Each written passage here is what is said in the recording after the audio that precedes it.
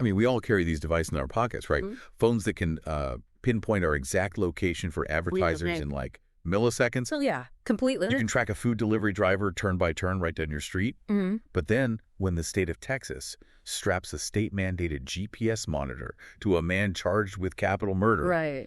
he can literally just cut it off his leg, drive to an airport, and fly to Europe.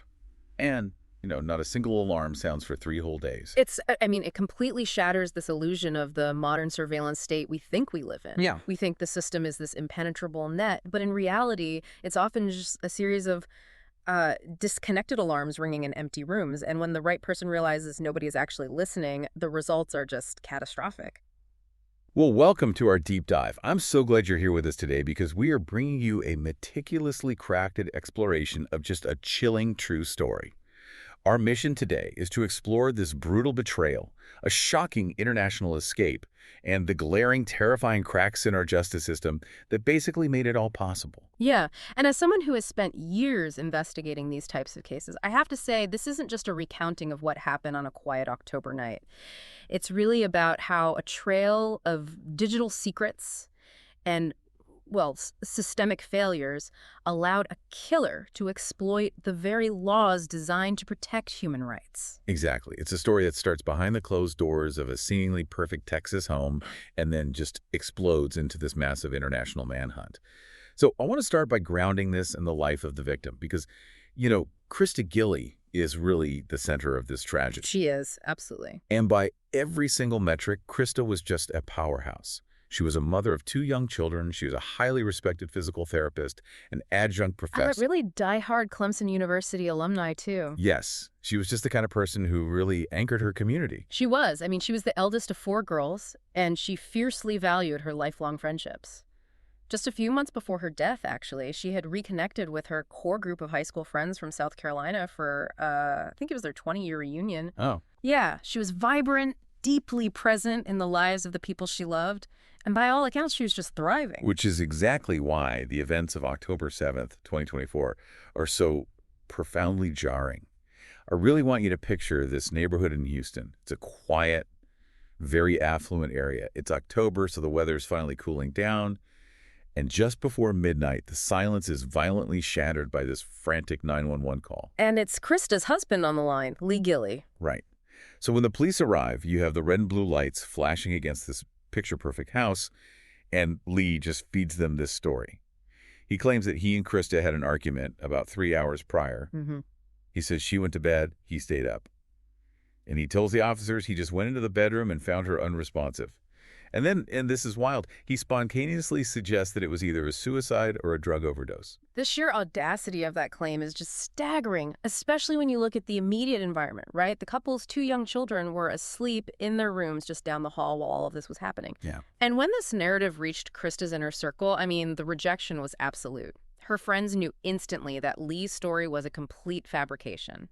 Krista was not a drug user, and she was unequivocally not suicidal. Okay, let's unpack this for a second, because he just throws out suicide or overdose to the first responders. Like, how does someone think they could just casually offer up a cause of death and the police will just nod and take notes? Because he was banking entirely on the facade. He thought the image of the grieving, shocked husband in a nice neighborhood would just, override standard procedure. It's like a poorly constructed house of cards, right? It just collapses the moment the breeze of basic forensic science hits it. Exactly, because forensic science does not care about your zip code or how good of an actor you are.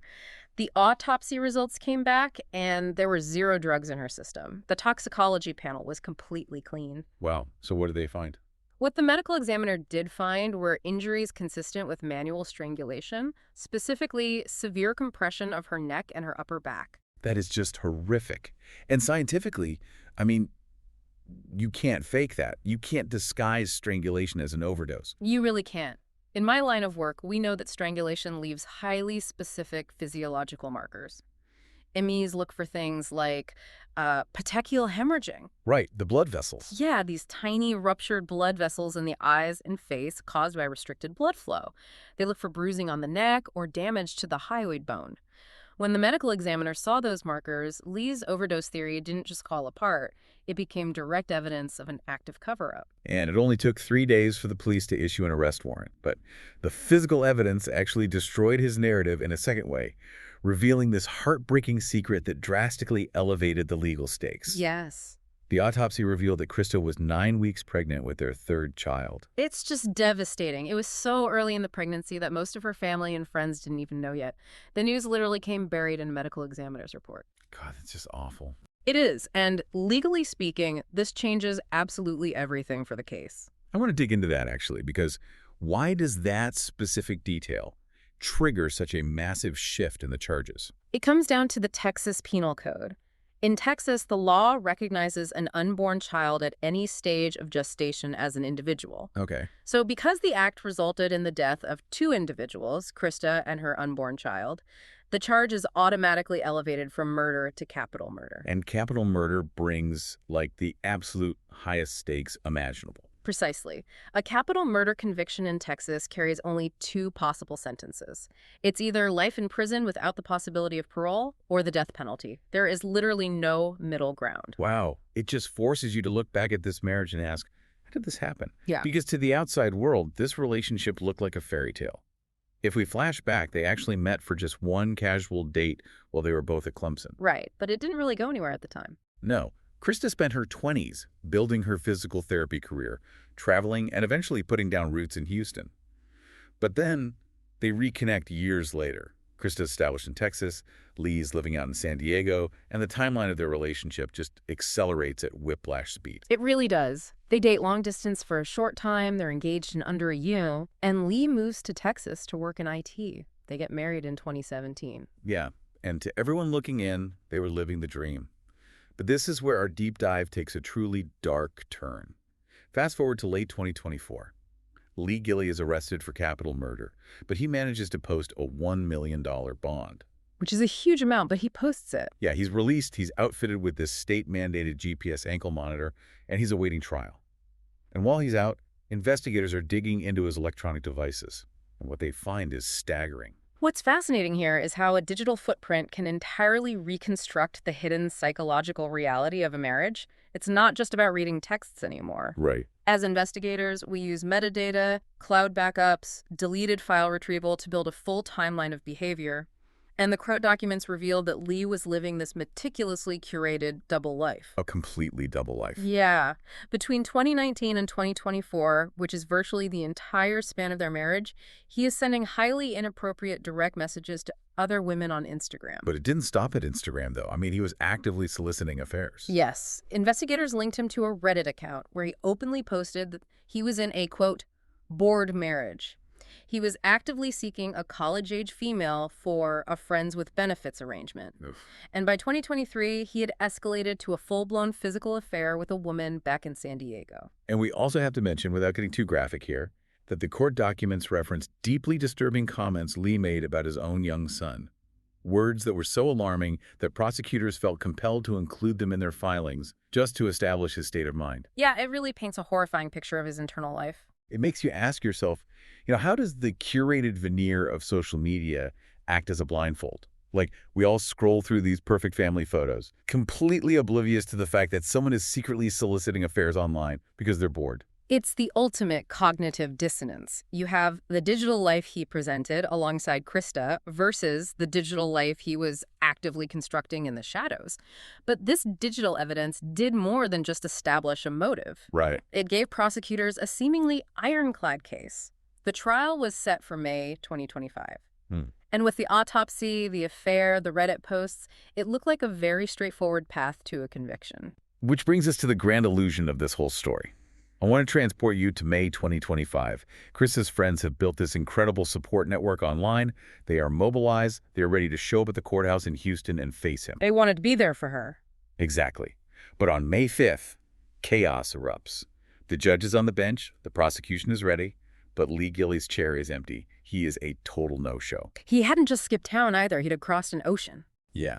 The authorities discovered that on May 3rd, 2 days before this crucial court date, Lee landed at the Milan airport in Italy on an Air Canada flight. And he's standing in front of Italian customs officers attempting to enter the country, using a fake Belgian ID under the name Jean-Luc Olivier. I mean, it's almost cinematic in its absurdity, but the border police in Milan are highly trained at document verification. They scan the ID, check the microprinting, and instantly recognize it as a forgery. Thank goodness. Right, so they pull him out of the line, place him in immigration custody, and inform him he's going to be immediately deported back to the U.S. And here's where it gets really interesting. Because facing deportation, Lee just completely drops the fake Belgian alias. He tells the Italian authorities exactly who he is. Just lays it all out. Yeah, he says, I am Lee Gilley. I am facing a capital murder trial in Texas. And in that very breath, he formally claims asylum in Italy. And this was not some random act of desperation, okay? Yeah. This was a chillingly strategic legal maneuver. But we connect this to the bigger picture of international law. You see exactly what he's doing. Okay, break that down for us. Well, Italy, like all member states of the European Union, is bound by the European Convention on Human Rights. Specifically, Article 3 prohibits the extradition or deportation of any individual to a country where they face a real risk of being subjected to the death penalty. Wait, are you kidding me? So he deliberately chose Italy because he knew his capital murder charge would literally act as a shield. Precisely. He is exploiting international human rights laws that were designed to protect political dissidents and refugees just to avoid setting foot in a Texas courtroom. That is just, it's like a twisted high-stakes game of international chess where a killer is using the rulebook as a weapon. Now, I have to point out a crucial legal caveat here for you listening. Good point, yeah. The district attorney's office in Harris County is currently under a gag order regarding this case, which was issued on May 8th. Because of that, they legally cannot confirm to the public whether they are officially filing the paperwork to seek the death penalty against Lee. Right, but the mere possibility of it, which is automatically baked into that capital murder charge, is enough for Lee to freeze the entire extradition process in Italy. The DA is just in an impossible position here. They are. To get him back, they typically have to provide binding diplomatic assurances to Italy that the death penalty will absolutely not be sought or carried out. But navigating that takes months, sometimes years, of bureaucratic red tape between the U.S. State Department and the Italian Ministry of Justice. Okay, but this raises a massive flashing red light of a question. How does a man charged with capital murder who is actively wearing a state-mandated GPS ankle monitor board an international flight completely undetected? Yeah. We're talking about an international airport, TSA, passport control. How does this happen? This is where we transition from a story about domestic deception to a story about catastrophic systemic failure. And the premeditation here is glaring.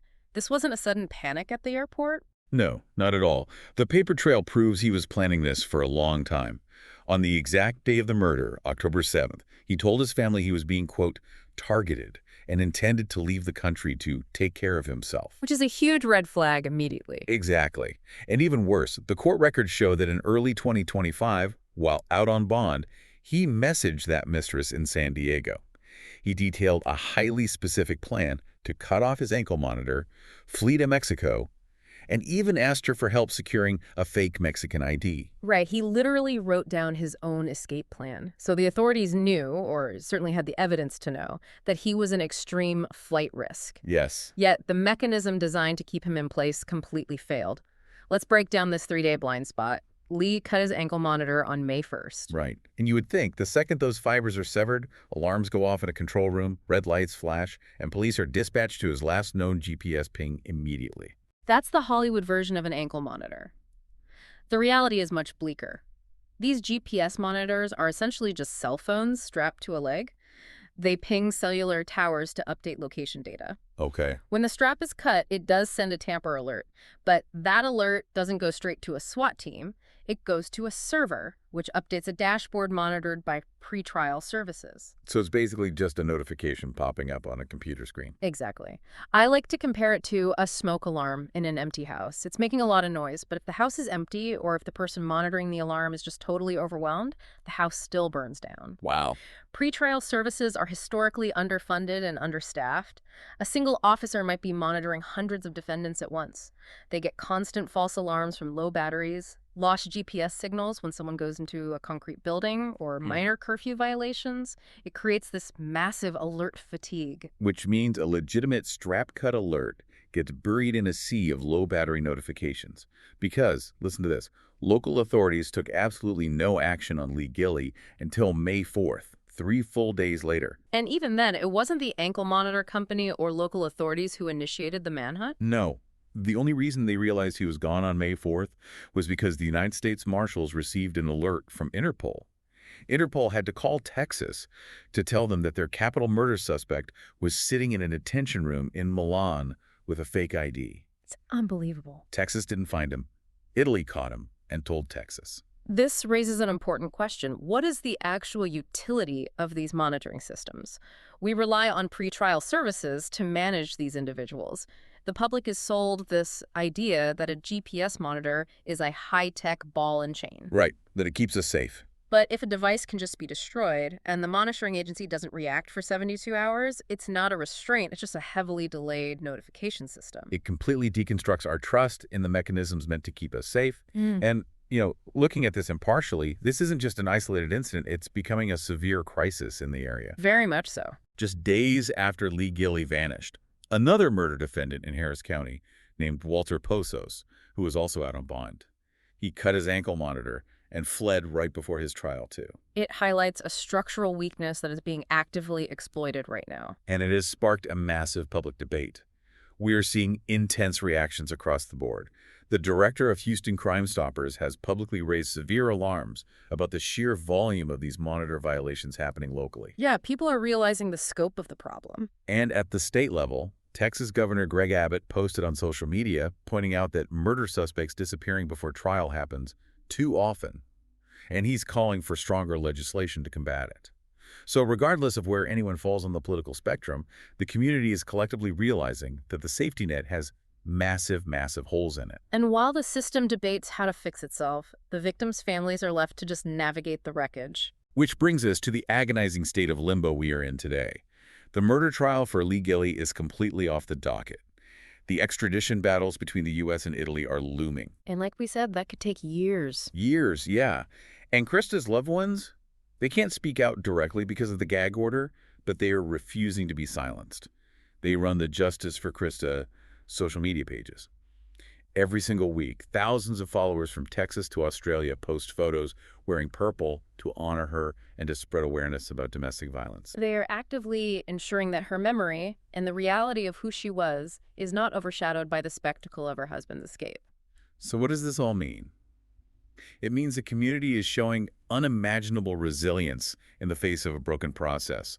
They are holding the line, demanding justice, while the bureaucracy just grinds away. It's a profound testament to Krista's impact on the world that her friends are fighting this fiercely for her. It absolutely is. And it leaves you with a deeply unsettling reality to confront.